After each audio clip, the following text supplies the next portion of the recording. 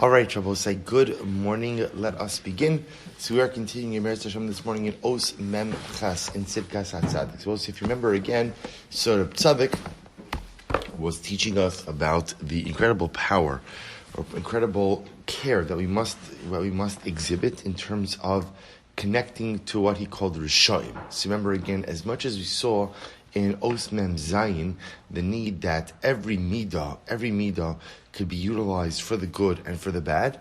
So when it comes, however, to influences, we must be incredibly careful and concerned with the influences and exposures that we allow ourselves.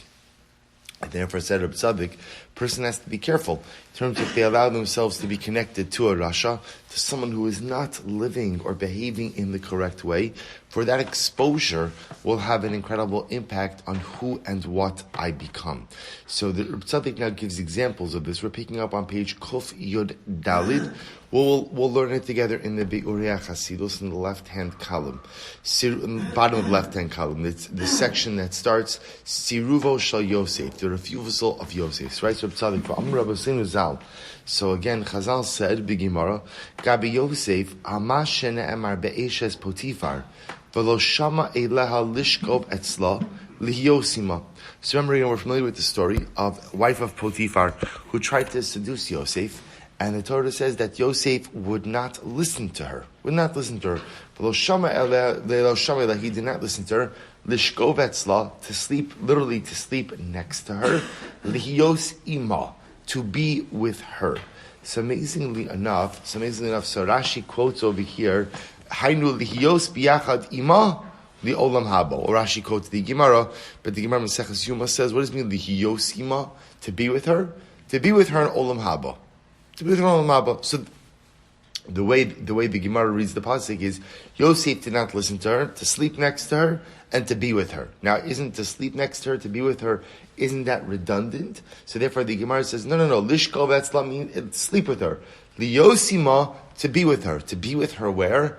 In Olam Haba. The world to come. So Reb Tzaddik says something amazing. He says, V'lo muskar sham b'Gemara b'Gehenam.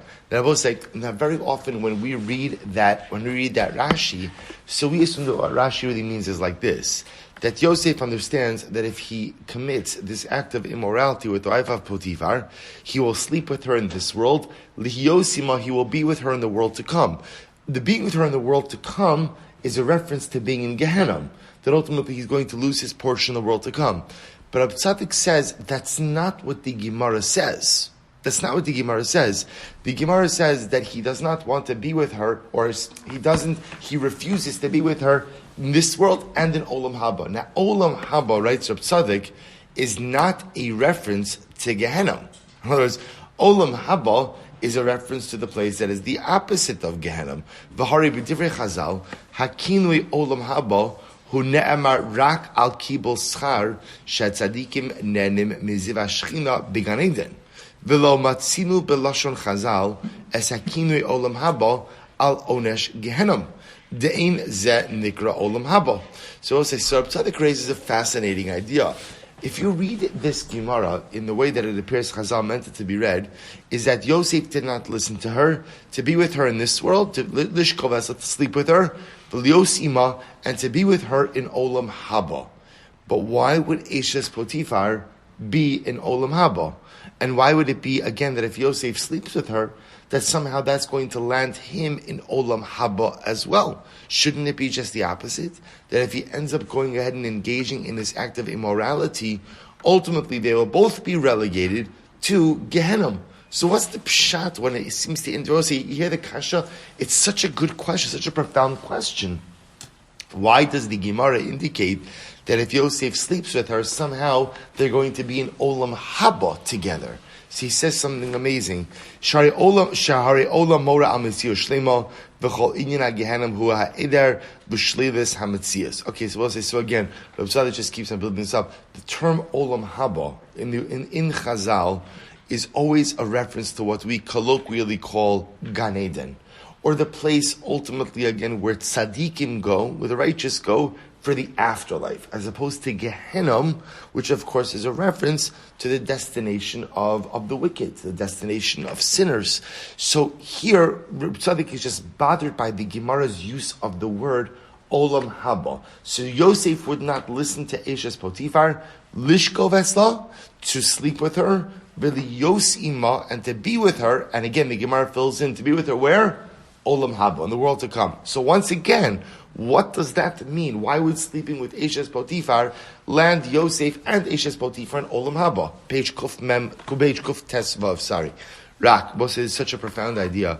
Rak, Sharamzu Chazal Bozeh, Shahaya B'maisa Zeh Shel Eshes Potifar, Tzad Mitzvah Mamish.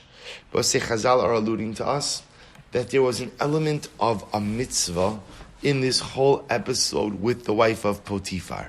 Now we'll say, what does that mean? Ad shemagia al zeh schara olam haba, shaharei matzinu shelabasof be'emes, Yosef nasa es bita shel eshes Potifar, ki mefurish b'pasuk, shenasa es asnas, bas Potifera. Let's move one more line. Umehem biyachad yatsa shevet mishivtei ka b'Yisrael. So we'll say the Gemara says something. Reb Tzaddik says something absolutely amazing. Rashi points this out already with this concept that the wife of Potifar saw Beruach HaKodesh. She saw in a spirit of prophecy that she was to produce offspring together with Yosef. She was driven. This is fascinating. In the eyes of Chazal, she was driven by some higher purpose, by some higher goal. She saw Baruch HaKodesh that she was supposed to produce offspring with Yosef. Or I should say differently, she saw that her family would produce offspring with Yosef. Now, she assumed that it was her.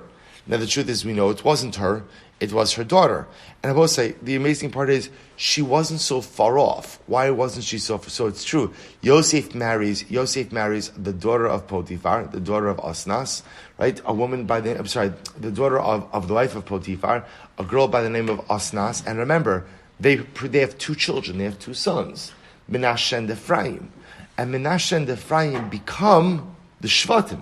Right? Remember again, Menashe and Ephraim themselves become the double portion of Yosef. Yosef was the Bechar. He was the firstborn of Rachel Imenu. As the Bechar, he gets Pishnaim, he gets the double portion. His double portion was manifest in the fact that instead there's no Shevet Yosef. Shevet Yosef becomes two tribes of Menashe and Ephraim. That's the double portion. But we'll say, where does this come from? This comes from the family of Potifar. This comes from a union between Yosef and the daughter of Potifar. So I will say, you see that the wife of Potifar, again, in the eyes of Chazal, had noble intentions in trying to seduce Yosef. She saw that there was a union. There was a union between Yosef and her family. Her misinterpretation was she thought it was her, instead of ultimately, again, being her daughter. And obviously this was a union blessed by God, as evidenced by the fact that the offspring of this union between Yosef and Asnas Bas Potifera ultimately become part of Shifteka, become part of the Shvatim of Yaakov Avinu, of Klal Yisrael. So he goes on, he says, and it's more than that, by the way. Reb Tzaddik goes on, he says, by the way, V'ad sheba achris hayomim, afilu yetzi mimenu Mashiach ben Yosef, hamechen as ha'olam latikun hashalim. But it's actually incredible. Remember, there are two Mashiachs, right? There's Mashiach ben Yosef, Mashiach ben David. When we normally refer to Mashiach, we're normally referring to Mashiach ben David, who is the Mashiach ultimately, who brings Klal Yisrael back to Eretz Yisrael, who rebuilds the Beis HaMikdash. But before Mashiach ben David, there is Mashiach ben Yosef. Mashiach ben Yosef is the one who leads the armies of good in the war of Gog Magog. He dies in the war of Gog Magog. And it's Mashiach ben Yosef who prepares the world for the arrival of Mashiach ben David. Where does Mashiach ben Yosef come from? He comes from Ephraim and Menashe. Who's the mother of Ephraim and Menashe? Asnas Bas Potifera. So, isn't this absolutely amazing? Isn't this absolutely amazing that the mother of Mashiach ben Yosef is an Egyptian woman, right? Ultimately, again, is the daughter of Potifar, the daughter of the man who purchased Yosef as a servant. This is the mother of Mashiach ben Yosef. So also when you put this all together, this is incredible. So he goes on, Yosef Rabas Baklaya Shalkodesh Shiasaga She'ina Brura Gam Kain Davar Zesh Shemimenu Me'eshes Potifar Mibita Yetzi Zera Sheyamid Shalshelas Gedola Kazu. So say this is incredible. The wife of Potiphar, by the way, wasn't the only one with blurred vision. Yosef also saw that somehow it was his destiny to go ahead and have children with a woman from this family. He too wasn't sure. Is it the wife of Potiphar? Or ultimately, again, is it someone else? He did not know either. He did not know either. V'zeh huma sheskavna ishes Potiphar livsoso lishkavetz la liyosima kedei lekayim mitzvah zu v'liskos al yedei zeh l'schar olam haba. We'll say this is what the words of the Gemara mean, that Yosef wouldn't listen to the wife of Potiphar, the shkovetz la, to sleep next to her, refers to this world, v'lihyosima, and to be with her, as the Gemara says, the olam haba, because ultimately, again, she was convinced that her intentions were pure. Her intentions were good. She saw what her destiny was in the stars. Yosef would not listen to her. Now, both say, here's what's amazing. What is HaTzaddik trying to say? Yosef himself also saw the same destiny. He too was just not sure which woman from the family of Potiphar was to be the mother of his children. Was it the wife of Potiphar? Was it someone else? But what happens? Yosef makes a conscious decision. Rak Yosef lo ratza, v'lo shama eleha, lo hispasa achareha, games hakavanehi liyosima, afilu li olam haba,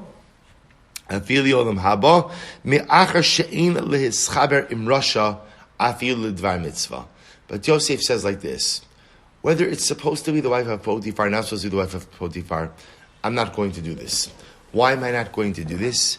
Because at the end of the day, nothing positive comes about when you join forces with a Rasha. One thing I know, says Yosef, which is the act of adultery is illegal and immoral. The fact that I see that maybe there's something supposed to come from my stars, maybe ultimately there's some type of destiny that is between me and this woman, that's possible. But it's not in this way. It's not in this way. To join forces with the Rasha, even to go ahead and produce what you think are going to be good results, that is not the Ratzon Hashem.